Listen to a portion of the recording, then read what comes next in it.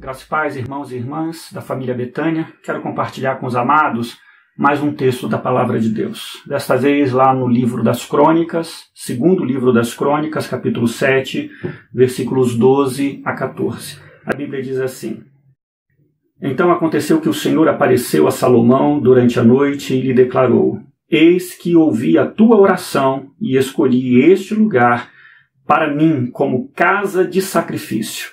Se eu fechar o céu para que não derrame a chuva, ou ainda se ordenar aos gafanhotos que devorem a terra, ou mesmo enviar a praga sobre a minha própria gente, e se esse meu povo, que se chama pelo meu nome, se humilhar, orar e buscar a minha face, e se afastar dos seus maus caminhos, dos céus o ouvirei, perdoarei o seu pecado e seus erros, e curarei a sua terra.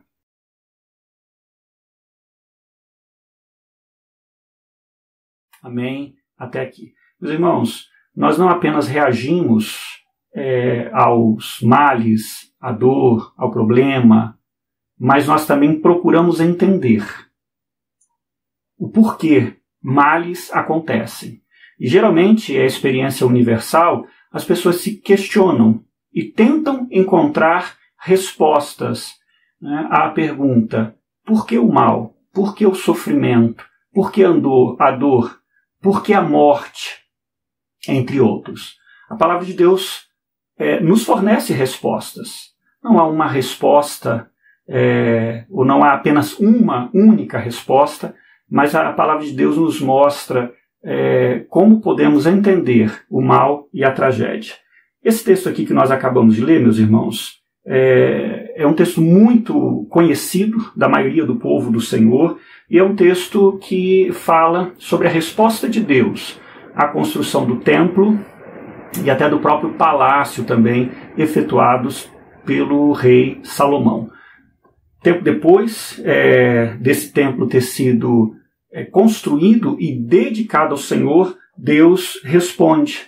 Deus responde a Salomão dizendo que sim, ele estaria com seu povo, que sim, ele receberia a adoração do seu povo e que sim, ele se encontraria com seu povo por intermédio do culto que seria celebrado a partir do templo de Jerusalém. Nós hoje não temos um templo, um único local de adoração. Jesus deixou isso muito claro lá em João capítulo 4, quando disse que chegou o tempo em que os verdadeiros adoradores adorariam o Pai em espírito e em verdade, e não numa localidade específica. Jesus é o nosso templo, Jesus é aquele por meio do qual nós adoramos, nós servimos e nós bendizemos ao Senhor nosso Deus. Mas o objetivo aqui desse texto, meus irmãos, olhando, analisando, estudando corretamente, é que o Senhor também ouviria a oração,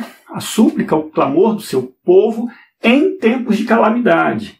Mas mais ainda interessante, você pode ver comigo no versículo de número 13, você pode dar uma olhada comigo, quando o mal, diz a palavra de Deus nesse texto, pode ser enviado pelo próprio Senhor, pelo próprio Deus. E ele vai falar isso no versículo de número 13.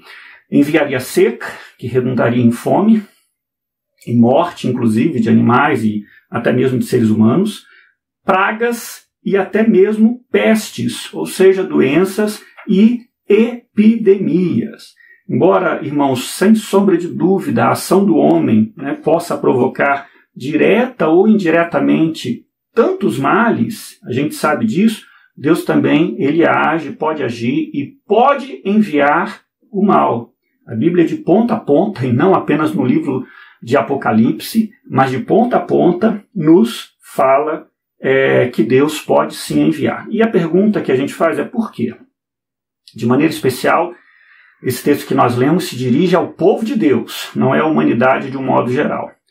E Deus enviaria tudo isso com o propósito de restaurar e resgatar o seu povo.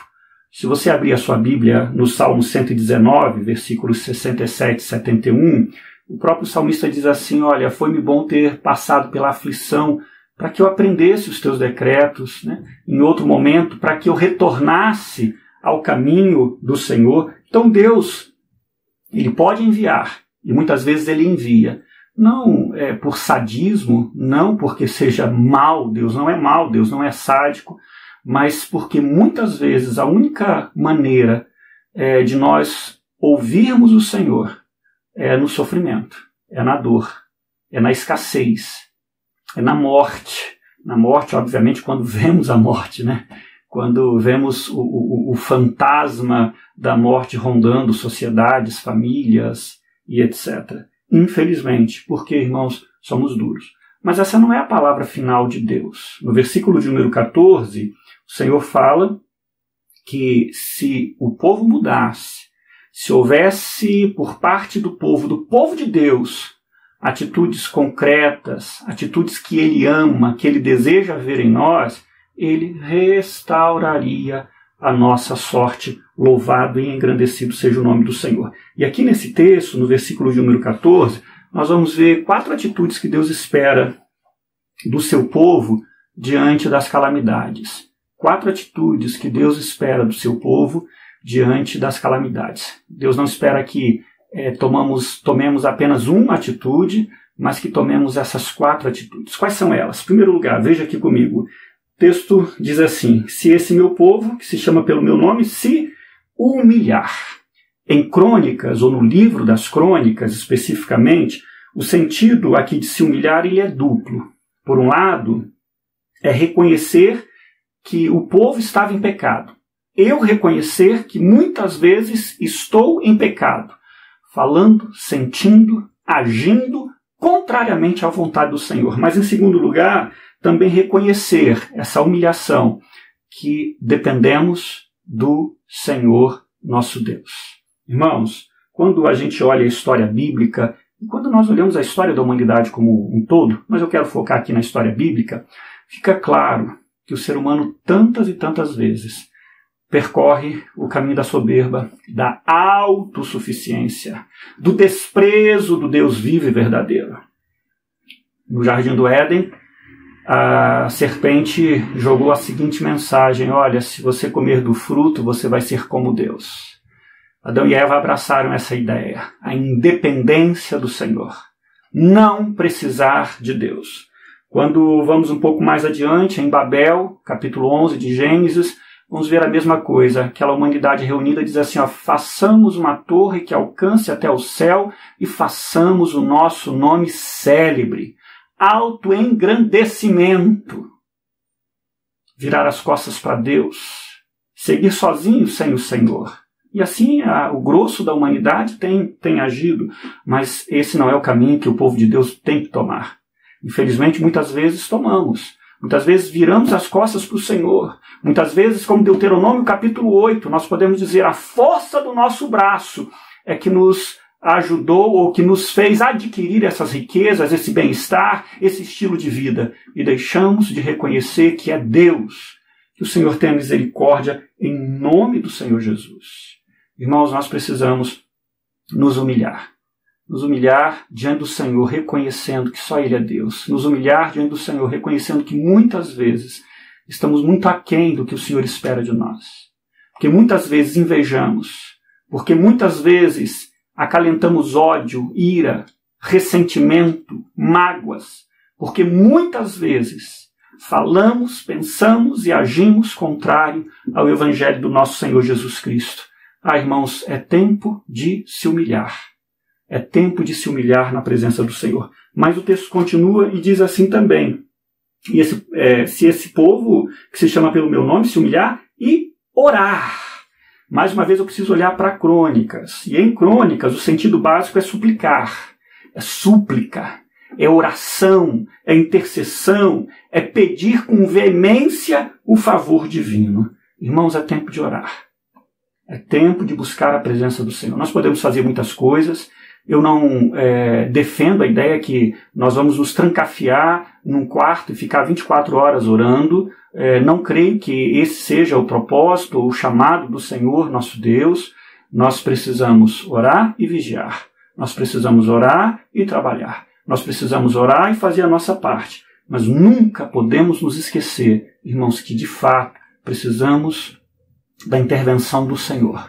Precisamos clamar a bênção de Deus. Precisamos suplicar a intervenção do Senhor na nossa história, na nossa vida.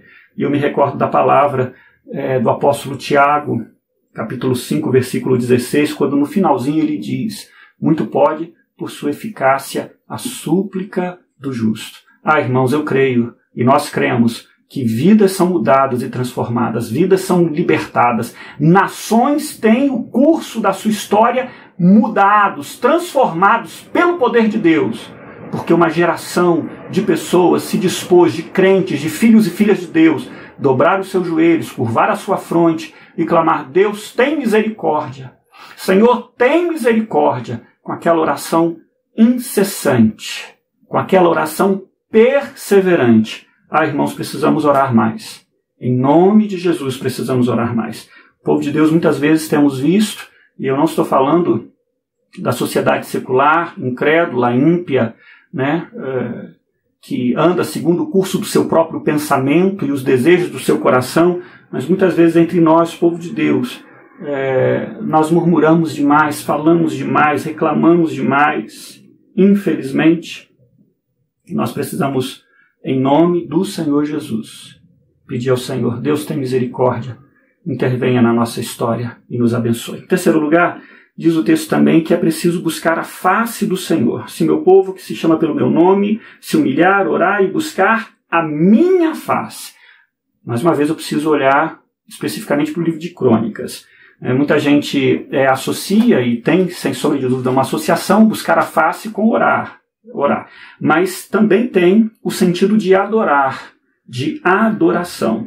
Deus, Ele nos chama para adorá-lo. Mesmo no meio da tragédia, mesmo no meio do sofrimento, mesmo no meio da dor. Irmãos, precisamos reaprender a adorar de verdade, em espírito e em verdade, o Senhor nosso Deus. A adorar o Senhor como o próprio Abacuque, que havia passado por uma situação dificílima, havia visto tantas coisas, a tragédia, o infortúnio, e ele chegou à conclusão lá no capítulo 3 que, ainda que a figueira não floresça, ainda que não haja uvas, ainda que não haja azeitonas, ainda que não haja ovelhas, ainda que não haja bois nos pastos, ainda que não haja, todavia me alegrarei no Senhor. E ali é um cântico, é uma adoração de erguermos a nossa voz e bendizermos o nome do Senhor. Ou então, irmãos, como o próprio Jó, que perdeu filhos, que perdeu riqueza, que perdeu a saúde e teve uma palavra de louvor e adoração ao Senhor nosso Deus. Sem sombra de dúvida, irmãos, o louvor e a adoração, no caso de Jó, não fez com que os seus filhos ressuscitassem, né? Não mudou instantaneamente o quadro no qual ele se encontrava. Mas no mínimo, irmãos, o louvor e a adoração impediu que o coração dele se tornasse azedo, se tornasse blasfemo, como se tornou o coração da esposa, se tornasse ingrato, se desviasse da presença do Senhor.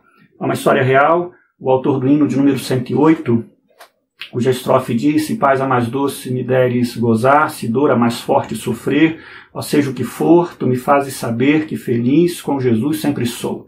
Esse homem era um advogado, membro da Igreja Presbiteriana nos Estados Unidos, um advogado muito bem sucedido, que resolveu investir fortemente no mercado imobiliário em Chicago, e houve lá aquele grande incêndio na década de 70 do século XIX, e aquele homem perdeu parte significativa do seu dinheiro, da sua fortuna. Pouco tempo depois, 2 anos depois, resolveu que a esposa e as filhas iriam para a Inglaterra para encontrar o seu amigo, o evangelista Moody, e passar um tempo lá. E nessa viagem ele perdeu 4 filhas, suas 4 filhas, e ele não apenas perdeu dinheiro, como Jó, não apenas perdeu os filhos, e eu fico imaginando a dor desse homem, né? E ele passou por essa situação toda terrível. E dizem os historiadores, e o próprio parente dele depois relata isso, que este hino escrito por ele se deu quando ele pegou um barco, fez uma viagem, mais ou menos na altura, quando houve a tragédia, ele escreve os primeiros versos. Independente, louvado seja o nome do Senhor. Sem sombra de dúvida, as filhas não ressuscitaram, o dinheiro não retornou, mas aquele homem buscou a face do Senhor em adoração, em louvor, porque o nosso maior tesouro é o nosso Deus. Que o Senhor nos ensine em nome de Jesus. Por fim, irmãos, aqui o texto fala também que é tempo de conversão. Diz, na verdade, aqui nesta versão, aqui em James atualizada, se afastar dos seus maus caminhos. A ideia, o sentido de que estamos num caminho que não é o caminho do Senhor. Então se afaste desse caminho, converta-se deste caminho, saia deste caminho em o nome do Senhor Jesus Cristo. E, infelizmente, muitas vezes, eu e você, o povo de Deus, pode tomar caminhos que não são caminhos do Senhor. Há uma pressão enorme, gigantesca, da nossa sociedade, de ideologias, do dinheiro, fama, status, poder, cobiça e tudo isso. E podemos, infelizmente, tomar esses caminhos que não são caminhos do Senhor. Por isso, irmãos, é tempo de arrependimento. É tempo de se afastar dos maus caminhos. É tempo de se aproximar do Deus vivo e verdadeiro. É tempo de pedir a Deus que sonde os nossos corações. Senhor, sonda o meu coração e vê se há em mim algum caminho mau. É tempo, irmãos. Por quê? Porque há sim idolatria no nosso meio. O apóstolo Paulo diz que a avareza, que o amor ao dinheiro é idolatria. É fazer do dinheiro um ídolo na vida. E a gente precisa colocar diante de Deus, Senhor, será que o dinheiro tem sido um ídolo na minha vida? E se é, afaste-se desse caminho em nome de Jesus. Há imoralidades, irmãos. Há imoralidade no meio do povo do Senhor. Infelizmente. Que Deus livre. Que Deus nos leve ao arrependimento. Que a gente abandone. Há injustiças também entre nós. Que Deus nos livre em nome do Senhor Jesus e nos converta de todo e qualquer mau caminho. Mau caminho. Irmãos, eu quero terminar e quero concluir aqui essa mensagem com um comentário, com uma frase de um comentarista bíblico, que ele diz assim: o declínio e o progresso espiritual de uma nação depende em grande medida das orações do povo de Deus. Eu não estou pensando naquele povo que não tem compromisso com Deus, com aquelas pessoas que são ímpias e perversas, aquelas pessoas que estão distantes. Eu estou pensando em nós, povo do Senhor. Irmãos, nós precisamos orar, nós precisamos interceder, nós precisamos buscar a face do nosso Deus, para o bem do nosso país, para a conversão de milhões que ainda não conhecem o nome do Senhor Jesus, para que essa terra seja abençoada. O texto, no versículo de número 14, e eu realmente termino aqui, diz que quando nós tomamos esses 4 passos, essas 4 atitudes, o Senhor faz 3 coisas. Primeiro, Ele ouve, ou seja, nos atende. Deus ouve o seu povo, a oração do seu povo, o clamor do seu povo. Em segundo lugar, Ele perdoa. Irmãos, há muita coisa, muito pecado. Ele precisa do perdão, da restauração, da santificação do Senhor. E por fim, irmãos, o Senhor sara. O que é sarar a terra? Aqui em Crônicas significa paz, segurança e prosperidade. Tudo que as pessoas de um modo geral querem. Paz, segurança e prosperidade. Que Deus te abençoe, que Deus nos abençoe e que nos leve a orar, a interceder. Vamos orar nesse momento? Deus, em nome de Jesus, eu quero pedir a Tua bênção sobre a vida dos meus irmãos e irmãs. Rogo-te, Senhor, que dos altos céus o Senhor derrame sobre nós, ó Deus, uma disposição de orar, de buscar a Tua face, de nos humilharmos, Deus, de adorarmos o Senhor, de nos afastarmos dos caminhos que não são os caminhos do Senhor. Santifica o Teu povo. Senhor, tem misericórdia, tem misericórdia. Obrigado pela bênção maior de sermos ovelhas do Teu aprisco e de sermos chamados pelo nome bendito do nosso Senhor e Salvador Jesus Cristo. No nome de quem nós oramos e te bendizemos. Amém. Que Deus te abençoe em nome de Jesus.